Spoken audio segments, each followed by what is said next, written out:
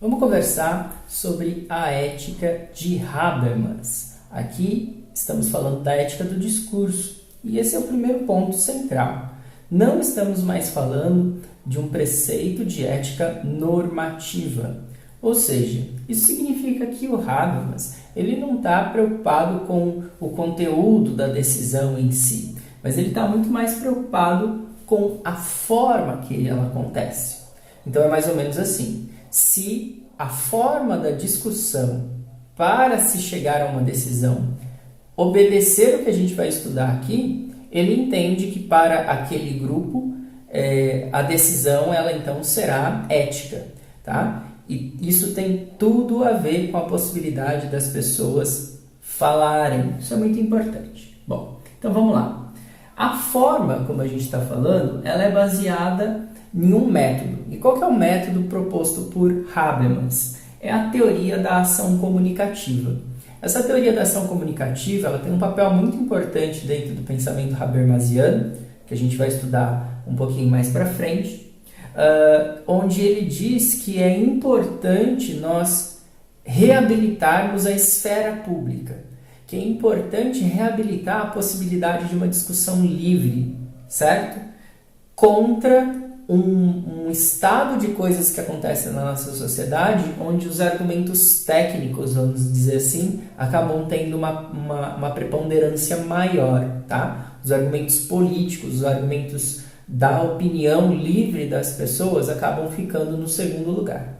Então, ele está falando que não deve ficar no segundo lugar e que a gente deve colocar como coisa mais importante a opinião e o pensamento das pessoas, tá?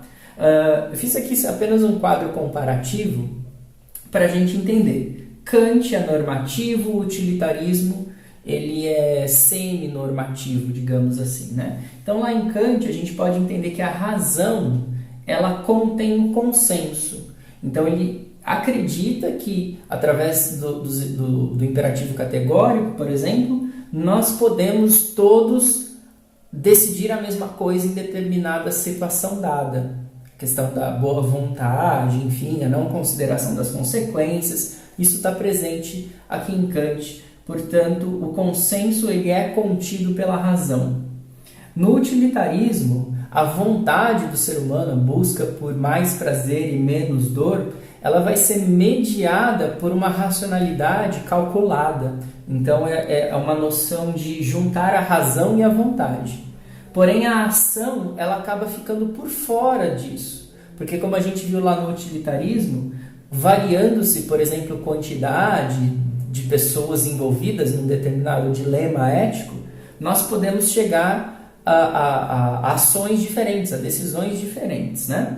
Então a ação ela acaba ficando um pouco por fora dessa perspectiva da proposta utilitarista, no sentido de ética normativa. E Habermas aqui faz um caminho um pouquinho inverso. O consenso ele deve conter a razão. A razão ela é uma característica, uma necessidade pré-existente para que se busque o consenso.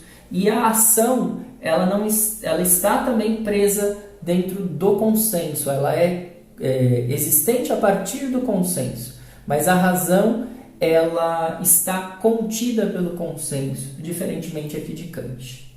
Bom, e o que é esse consenso? O consenso ele está ligado com uma necessidade primeira de que todos os envolvidos numa determinada discussão, que deve gerar uma decisão, uma norma, desejem resolver o problema, tá? Eu não posso entrar numa discussão e, a partir desse momento, sustentar a minha posição e o que eu penso de uma maneira que eu ignore os outros. Se eu fizer isso, eu nunca vou chegar ao consenso, tá? É a predisposição para a busca do consenso, certo?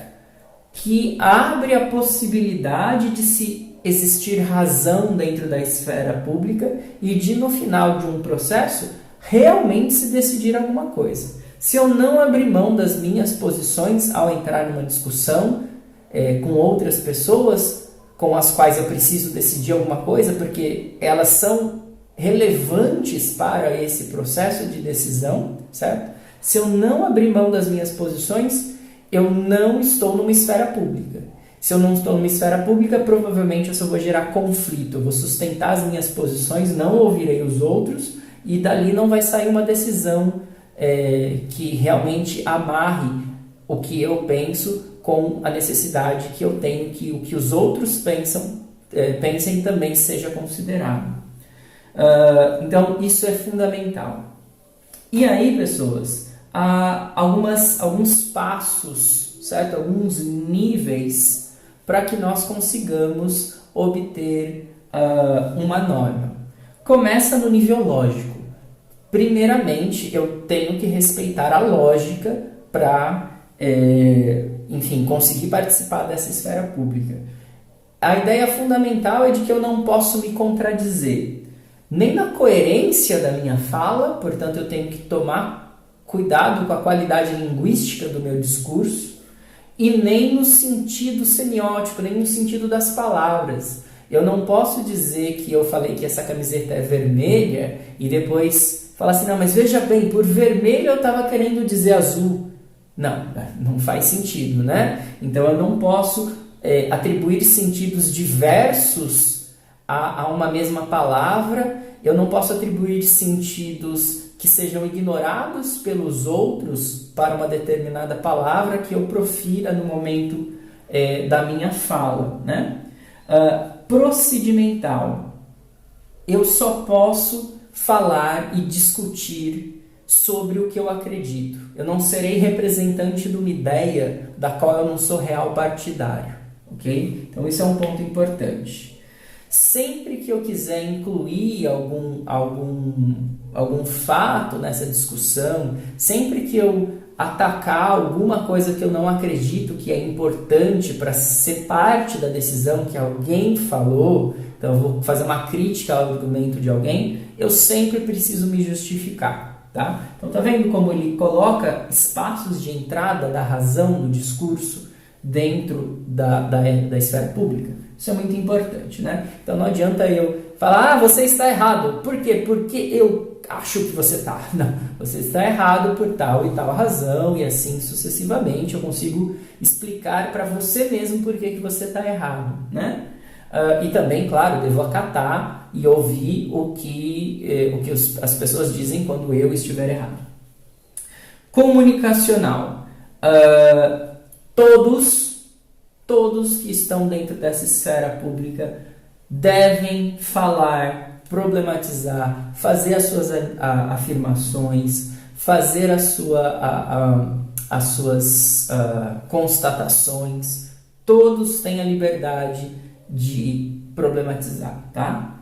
E regra fundamental: ninguém pode impedir ninguém de falar, problematizar, afirmar, fazer as suas manifestações. Ninguém tem o direito de frear ou de impedir que determinada pessoa fale, não importe a razão que seja apresentada por isso. Todos devem falar. Se esses 3 primeiros níveis são cumpridos, eles não são necessariamente hierárquicos, tá? Eles, na verdade, são até simultâneos. São considerações simultâneas ali para o momento da fala. Acabam gerando um certo nível de disputa do discurso, né? De quem vai ter a melhor fala, o melhor argumento, e isso não é um problema, né? É justamente isso que se quer construir aqui. Porém, não com um peso diferente para nenhum argumento, né? Para nenhuma pessoa, certo? E sim apenas a discussão das ideias. Se isso acontece, eu vou ter a formulação da norma. A norma é a própria decisão, é o que vai ser o conteúdo, né, de determinada situação real. Tá vendo que a gente está falando só de forma, que a gente não está discutindo nenhuma situação em si. E é justamente essa a proposta do Habermas, né? Eu só vou falar de ética numa situação real. Por isso que ele não propõe uma ética normativa, mas ele propõe aqui uma forma para se fazer decisões éticas. Bom, cheguei aqui na decisão em questão, ele chama de norma isso, eu vou ver se essa norma passa por 2 filtros de princípios éticos. Primeiro, o princípio da universalização, que lembra bastante o Kant, né? Que é todo mundo que discutiu, todo mundo que colaborou e levou essa redação, vamos supor que as pessoas escrevam aqui agora, né? O que é que foi decidido nesse processo todo aqui.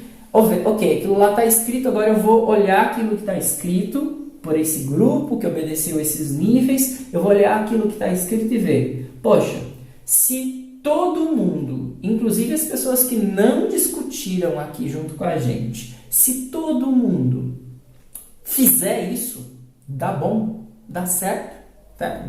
Vai dar tudo bem? Isso é a primeira coisa, né? Então, se a resposta for sim, legal, passou no princípio da universalização. E eu vou dar uma olhada no nível do discurso. Uma vez que essa norma está pré-formulada, está escrita ali no papel, passou no discurso da universalização, todos aqueles que discutiram, que levaram a redação dessa norma em si, né? Como eu falei, pensando agora que ela então é escrita, todos concordam e ratificam isso que está determinado, que está escrito? Bom, se a resposta for sim, então é possível que essa norma se torne agora uma decisão ética.